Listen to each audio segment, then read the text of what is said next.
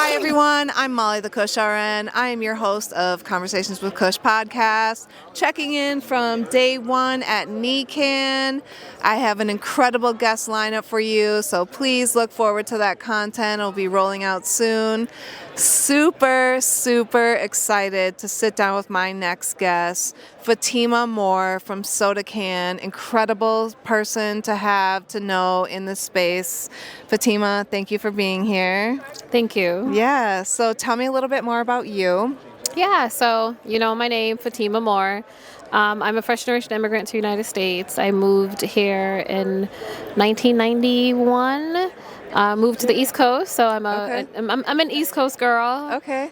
Still getting used to the West Coast. Yeah. To the Midwest. Yeah. I live on the east side of St. Paul. Me too.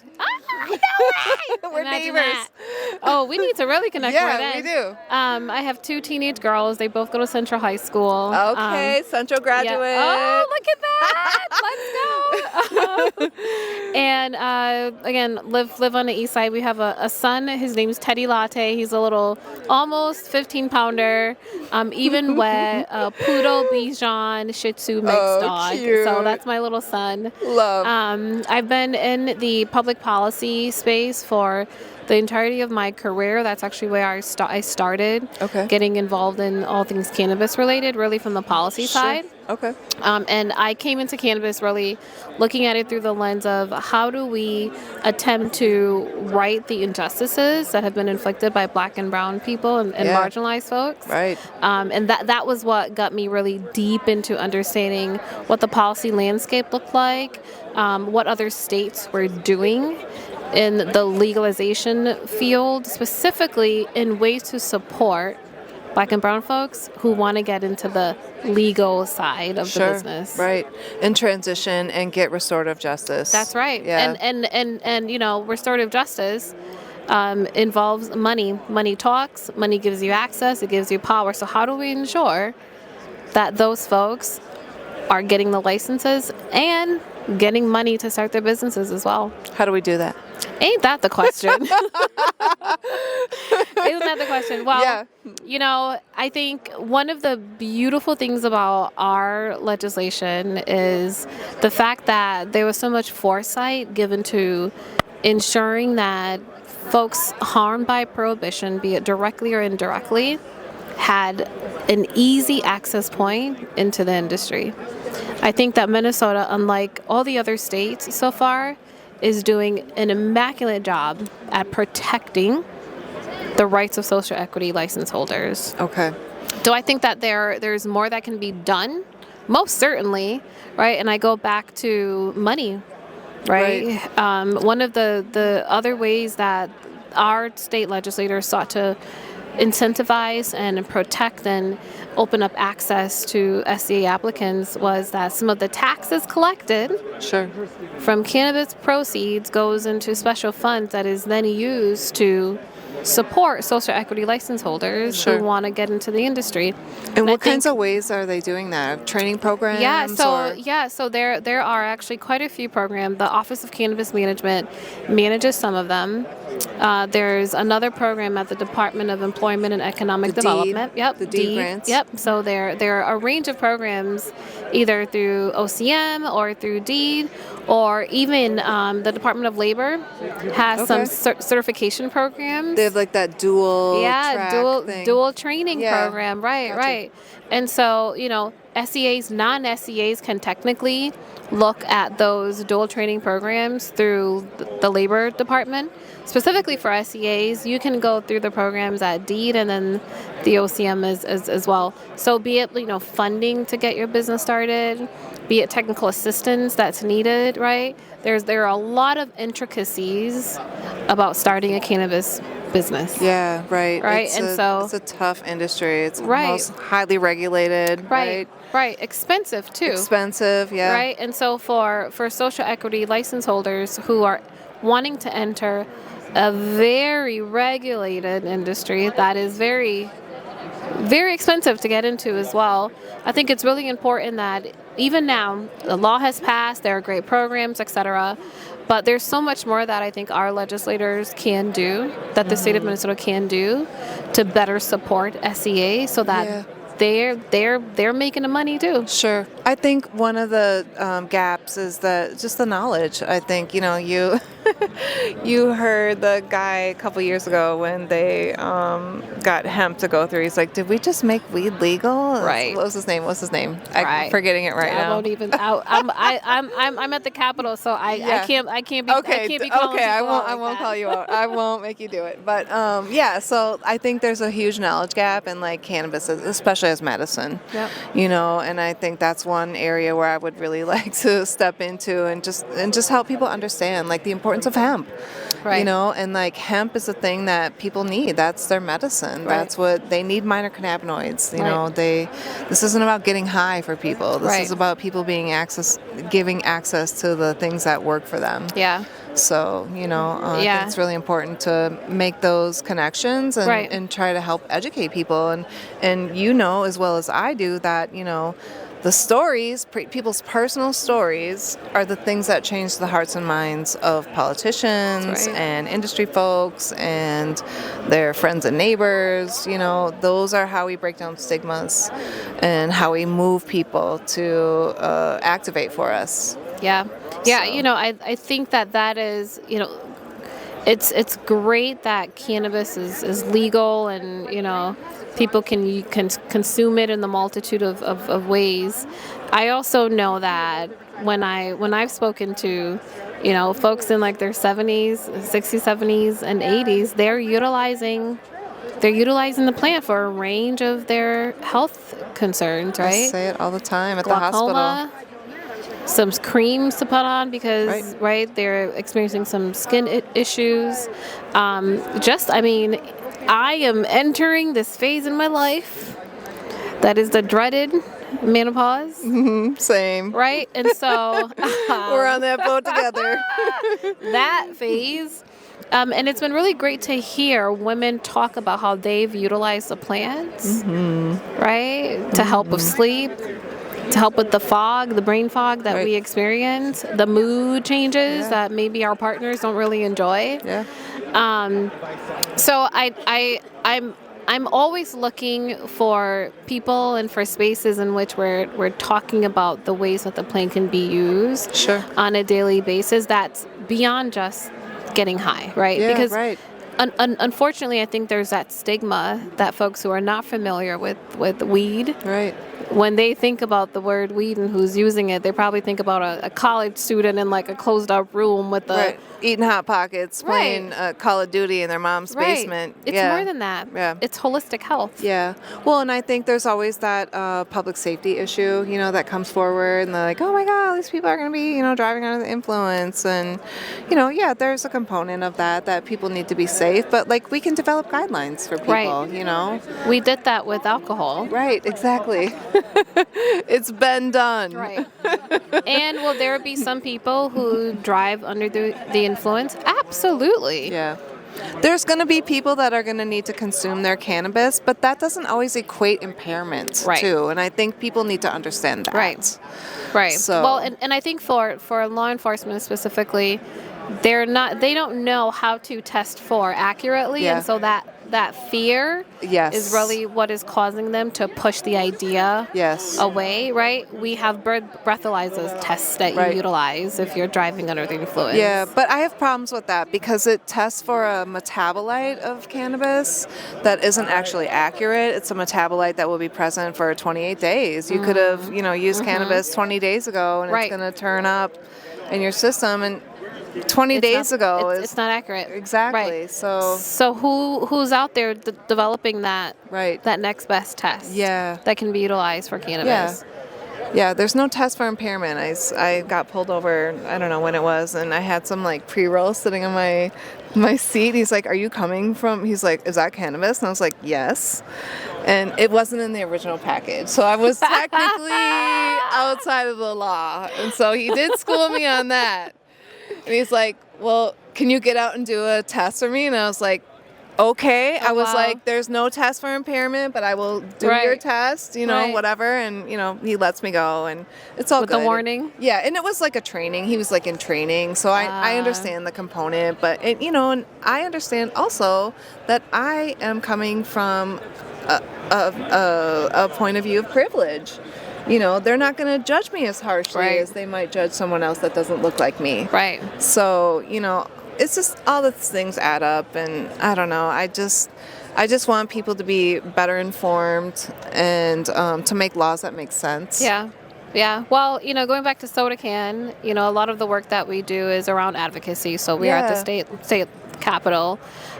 We provide education, we provide training, we provide networking. And we don't espouse to know every player in the industry or know everything about, be it the legislature, though we do have a lobbyist who knows a lot about the legislation. But we likely know folks who know. Right. Right? And so, I'm really excited about the work that we are doing within SotaCann because, as I often say, like, we are a big tent player. In order for the industry to be successful, it's our belief that everybody needs to know what they need to know. Right? If you are an operator, you need to know what the regulations say. Right? If you need funding, you need to be able to know who to go out there. We don't know everybody. We don't know where all the money is, but we have some relationships with folks who do have some access to capital. Right. We do have members who are banks, right? So they are looking at these business plans, and they can help you decipher what is it that you need next so that you may be ready to come to us for a loan potentially. Yeah, okay. Right? I like to have fun. So, like getting together and just enjoying ourselves, being in community, that's really important to me. And so I'm really grateful that within SotaCann we're able to build that community in that space that is inclusive. Yeah. So back it up a little bit. So what is cannabis? What is SotaCann? Yeah, so SotaCann is... Last interview of the day, Fatima, please. It's all good. Give grace. It's Thank all you. good. It's all good. So SotaCann is the trade association for the cannabis industry in Minnesota. Okay, and what does that mean in plain language? We're like the Chamber of Commerce for the cannabis industry. Okay. The Chamber of Commerce there are quite a few at the local level, city level, and then the state level, aren't really getting involved in the cannabis space because of it still being an illegal substance at the federal level. And so we felt like we needed to create a space in which folks who have the licenses, folks who are providing the ancillary businesses, can go to learn what they don't know, either to enter the market or if they're in the market, what they need to do next to be as successful as possible. Gotcha. And so, we're here. We have a booth. Right? We are usually at other trade shows. We host parties. We host networking opportunities. We like to have fun, so we're usually at MJ Biz, and we hold a little Minnesota gathering there as well. And it's all through the lens of wanting folks to be successful. And then to put a finer point on it, we are really keen on ensuring social equity applicants get what they need. Okay. Is it membership-based then? SotaCann is a membership-based organization. Okay. We are technically a nonprofit as well, so we have a functioning board. We have financials. Our board meets quarterly. Our board information's on our website, sotacann.org, SotaCann.org. And it's just a fun space to come, learn, network, grow, and then be in community. I think that networking piece is really important, and we were at Flourish together yesterday. That's right. And I think the spaces that you can enter into where people are telling their stories and they're telling about like, hey, this thing happened to me, or hey, I made this mistake, those are really vulnerable things to be out there with, but like so needed. Yeah. Right? To carry that message out so that someone else doesn't go down that same path. Right. So I love the idea of the fellowship Yeah. and the community, as you spoke to, and just having those resources, for Yeah. people that are coming into a market where they may have been an OG legacy person Right. and now trying to transition into this legal adult rec market or even to the medical space. They need resources. They, Right. they've had trouble with the law. They Right. are distrustful. They, all the things. So thank you. Thank you for your intentional work. No, I appreciate it. I love doing it. So Yeah. reach out, SotaCann.org. One thing I want to talk to you about, and because I need you to help me understand this. So, as I understand, right now the social equity applicants are to hold 65% of the licensure, whatever they have. Ownership. And the legislation is being drafted or has been proposed or it's been talked about that we need to lower that number. How does that help the social equity applicant? Is it good for them? Is it bad for them? Is there pitfalls? What? Yeah. Because I need to understand that. Yeah, that's a big question. And you're absolutely right. So right now, the legislature they're on a pretty tight deadline. Mm-hmm. They need to finish up all of their work by Monday. By technically midnight on Sunday. Okay, gotcha. By midnight on Sunday, they can pass no more bills. Okay. And there is a proposal included in the slate of other proposals right now that is looking to change that ownership percentage. That's the 65% that you reference. Okay. Change that ownership percentage to a lower amount. Now, the reality on the ground is that you need capital to start a cannabis business. Right. Right? Typically, when you're seeking capital for a business, you are giving a share, a portion of your business in return for that money. And what we are hearing from social equity applicants or social equity license holders that we talk to is that 65% ownership requirement leaves it so that they don't have as much left on the table to essentially sell, right? To give to someone who says, I want to give you money, but I want a percentage share of your business. They don't have enough to give back that is enticing for that person with the money. Does it set them up for predatory deals, though? I mean, it's a capital, like we are in a capitalist state, right? Sure. It's a heavy capital market. And be it if you're in the tech world, that you're looking to garner financing from venture capitalists, there are going to be people out there who will want to take advantage of you, regardless, right? And so, I don't know what that magic number is necessarily. If it's 65, if it's 60, if it's 51. I definitely don't think we should go anywhere below 51%, right? Yeah, because you're talking about who has the most ownership within a business, and therefore who can either X you out or not. I think that creates some precariousness that we should be very, very careful about. So I don't know what that exact number is. What I do know is that the intention is great, right?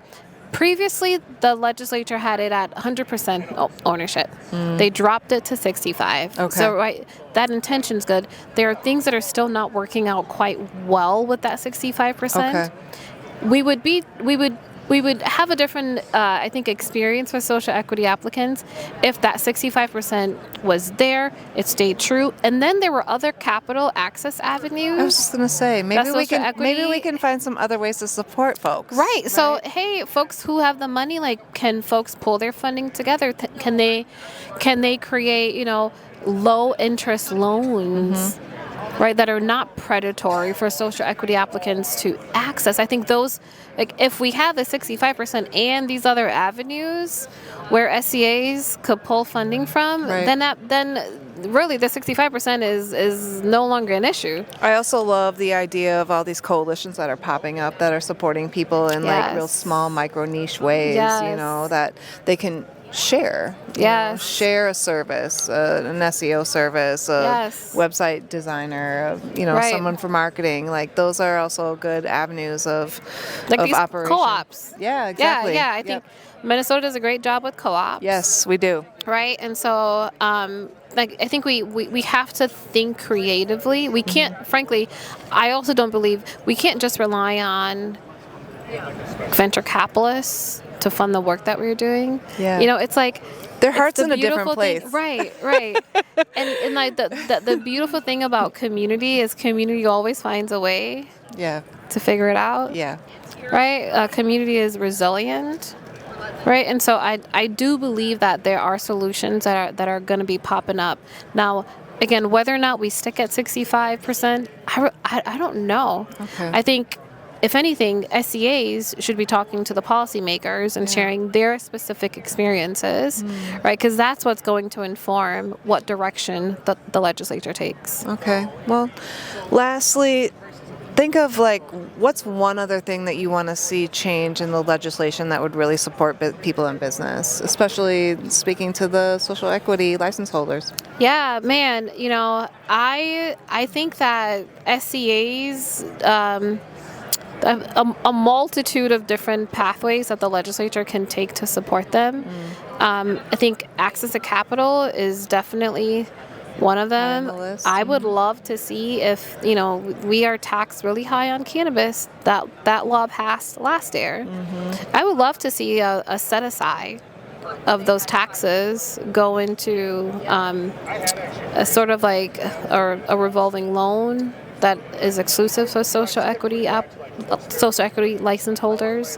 I would love to see just more funding be available for social equity license holders. I would love for there to be a sort of like a cohort where folks who are even considering entering into the industry under an SCA license are taking through all the necessary steps that the state pays for, frankly, all the necessary steps so that they know what to expect. Yeah.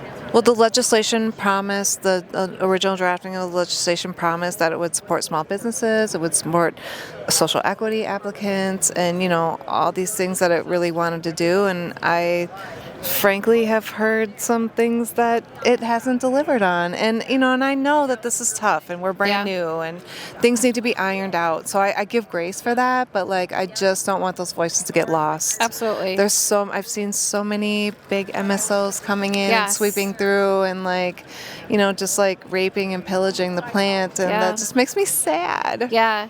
Yeah. You know, I was just on a panel with a representative from the OCM. And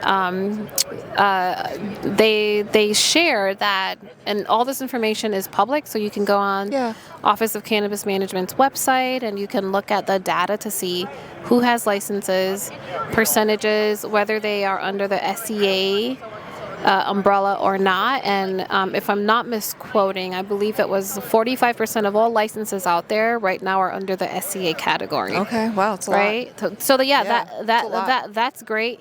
And I think we need to break down that data even more. Yeah.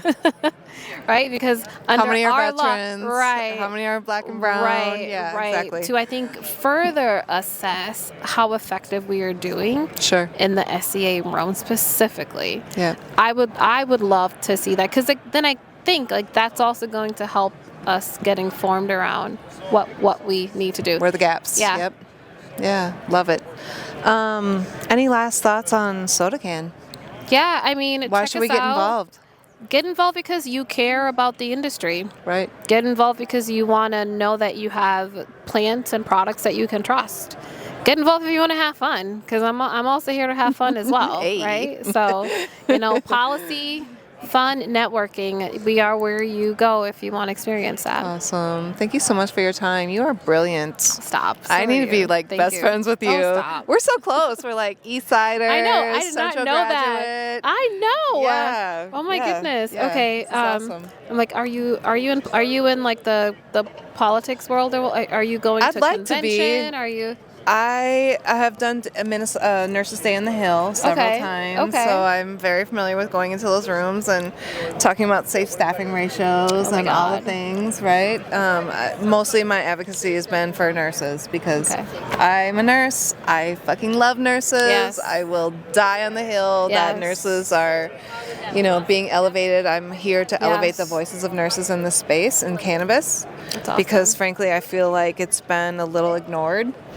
And now, especially with Schedule 3 coming online, like, it's the time is now. Yeah. You know, it opens up a whole new avenue for cannabis as medicine, and I'm really excited about it. So, Well, I appreciate the work that you do. Thank both you. as a nurse and then specifically with the nurse and the cannabis Thank field. you. Yeah, I appreciate that. I appreciate the work that you do too, and I'm looking forward to deepening our relationship and seeing where we can maybe take things. Absolutely. Yeah. We will take it further. We will. All right. Yes. Thank you. Thank you, Fatima. Oh my God, just now. Did it? Okay. Perfect. We're done. We're done, and it's a wrap. Oh my God. On day